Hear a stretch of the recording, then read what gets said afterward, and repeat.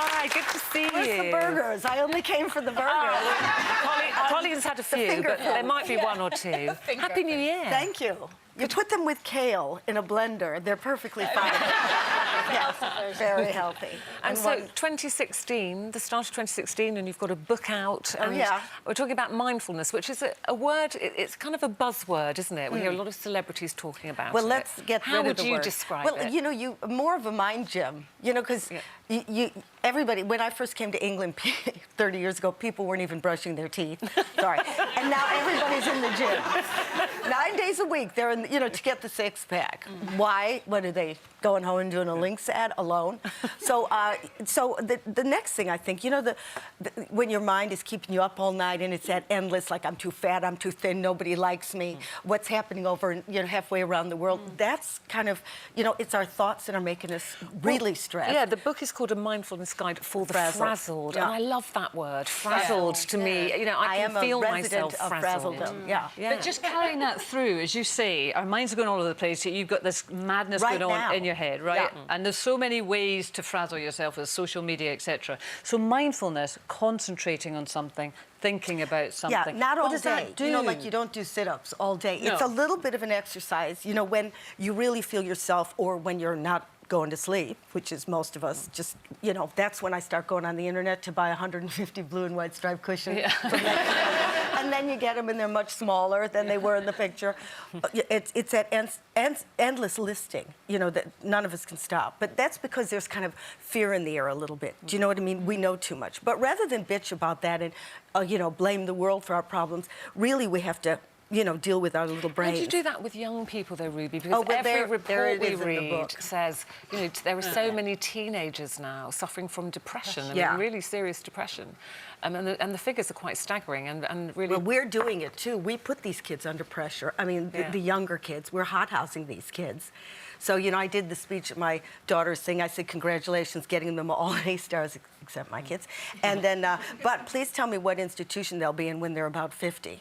You know, you burn their little brains out. They may get a grade, but the repercussions But social media, they love. I mean, if you take their phones away, we were talking about this morning. Colleen took her daughter's friends and their phones away out for dinner, and they were all kind of like, oh, sure, but again, it's there. You know, we put it there, and thank God someday I'll be able to get a Brazilian at 2 o'clock in the morning. You know, so I'm not negating, you know, media. So we can go on and on about it, but it's navigating.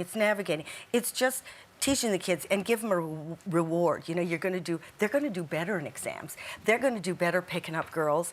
You know, if this constant criticism, I'm not going to make it, I'm not good enough, especially from, you know, watching people on X Factor with the talent of a toothpick. Everybody should be famous. You know, it's some way to it's just lowering it for a few minutes a day. Their expectations or yours to lower? As a parent? If the parent lowers it, the kid will pick it up. I mean, I love this word, like neural Wi-Fi. Yeah. You know, we're all a virus. We're all connected. And we pass this kind of fear like a ripple effect. So if the parent or the teacher learns to kind of cool and not get locked in that, you know, war of the, you know, aggression, because that's what we do. If you're nervous, I'm nervous. If they learn to cool their engines, it sort of passes to the kid. Now, a teenager has to get, you know, he has to take risks and he has to hate your guts. An embarrassment, you know, an object of shame. You know that the kid has to do that. He has to sleep late. Okay, it's not, don't roll your eyes, you were that way too. Yeah. So if you learn, like, don't, you know, pick your fights. When he really does something, make those boundaries. But otherwise, just learn, go in the other room. You know, if your husband's driving you nuts again, go in the other room. That's when you maybe, again, you know, focus on a sense. It brings down that adrenaline. Go back in. It's easier. It's easier, and it becomes a habit. How's it helped you? Sorry, how's it helped you, this book? And how will it help others? Well, I have a specific reason. I was really curious on how to regulate your mind. I knew you could, and I spent too much on shrinks. No more money in the bank.